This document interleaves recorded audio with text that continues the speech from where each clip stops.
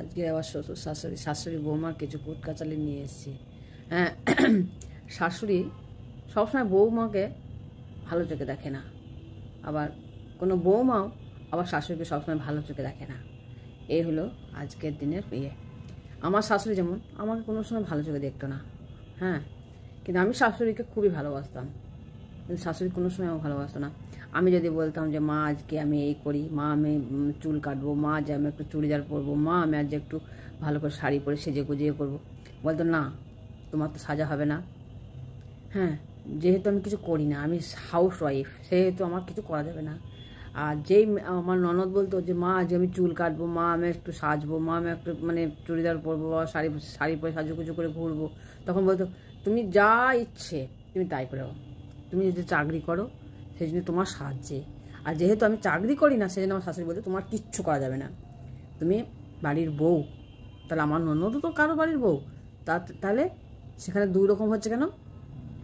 শাশুড়ি সবসময় মানে কী বলবো, মানে আমাকে সবসময় মানে দাবিয়ে রাখবে, কোনো সময় আমাকে ঠিক করতে দেবে না যে কীভাবে আমাকে করা যায়। আমাকে একবার বলছে তুমি কি সুন্দরী, তুমি তোমার থেকেও ভালো ভালো সুন্দরী মেয়ে আমার ছেলের জন্য এসছে।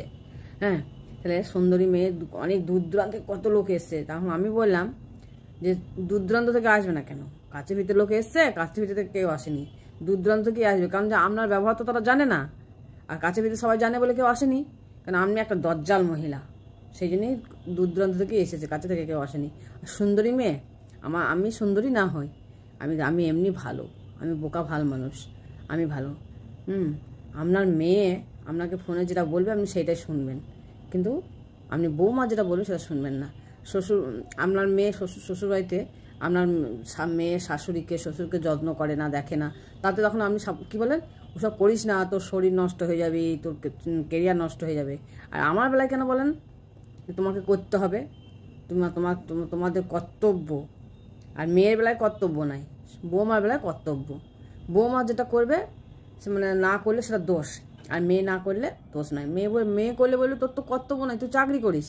আর বৌমা হলে চাকরি করো আর বেকারই হও, সে তোমার কাজ করতেই হবে, তোমার ওটা কর্তব্য। শ্বশুর শাশুড়ি সবাইকে দেখাশোনা করা, খেতে দেওয়া, এটা তোমার কর্তব্য। এই হলো শাশুড়ি বৌমার মধ্যে হ্যাঁ।